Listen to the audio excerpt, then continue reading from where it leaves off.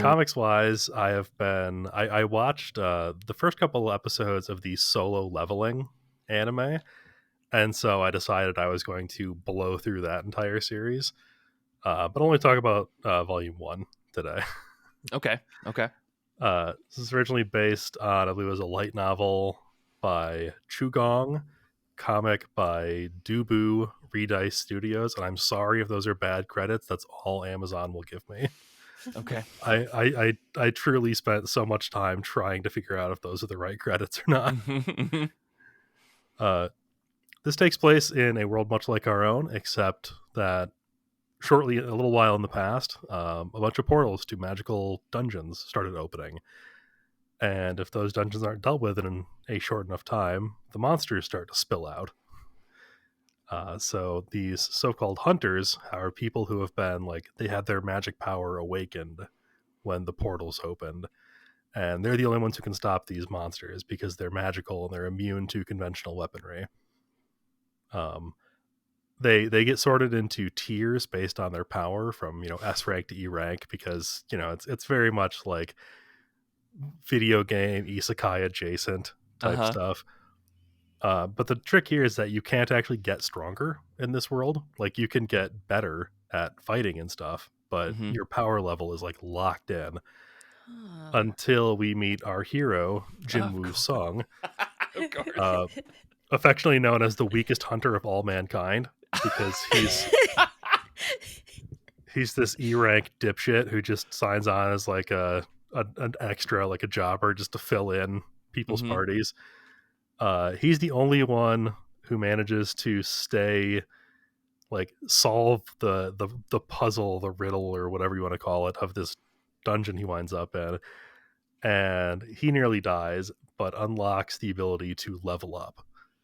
And normally I don't go in on this kind of video game mechanics in the world kind of thing, Mm-hmm. because it's usually attached to some kind of isekai nonsense. But in this case, our Jinwoo is also confused about it all. Mm-hmm.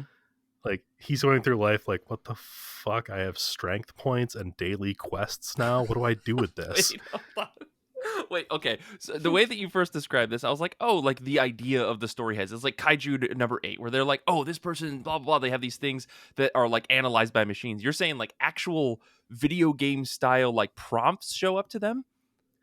Just for him. Okay. Nobody else can see them. Nobody else can level up. He basically unlocked the ability to become a player in the game instead of an NPC. Yes. And so the whole story is him trying to amass power, because if he can clear this one dungeon, he can get a magical cure to his mom's illness. Okay. And along the way, it's him gaining more power and becoming more monstrous himself Mm-hmm. over time. He can feel his grip on his humanity starting to slip as he becomes less and less like other humans.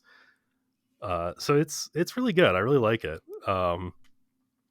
It is kind of like a very basic power fantasy. So if that kind of thing doesn't work for you, I probably wouldn't recommend it. Though I will say that it steers away from the anime bullshit of my power fantasy that also includes collecting a harem of teenage cat girls, because that's where most of these stories go, and I was terrified this one was going to go the same way.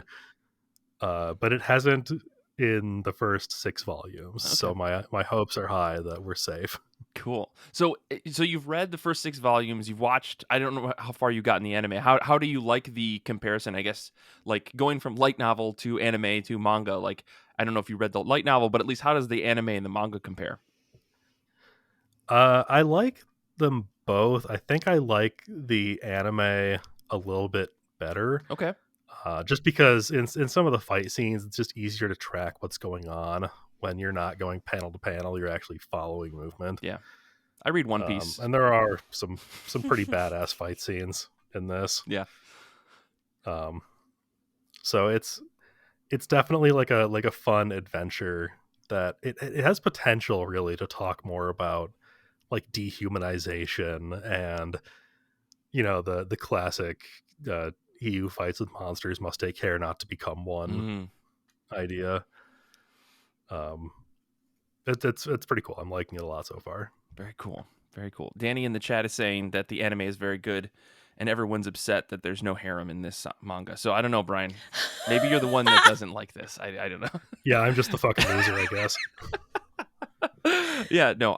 Sounds really cool though. I do like what you described. It reminds me for some reason of like Dot Hack, and I know almost nothing about that other than a friend of mine in middle school was really into it, and the idea of it was really cool. And then I tried to read the manga and watch some of the anime and play some of the video games, and it was way too much. But this sounds like a much more approachable version of that in my head for some reason. So maybe I'll give this a check if I can maybe find it in the library or something.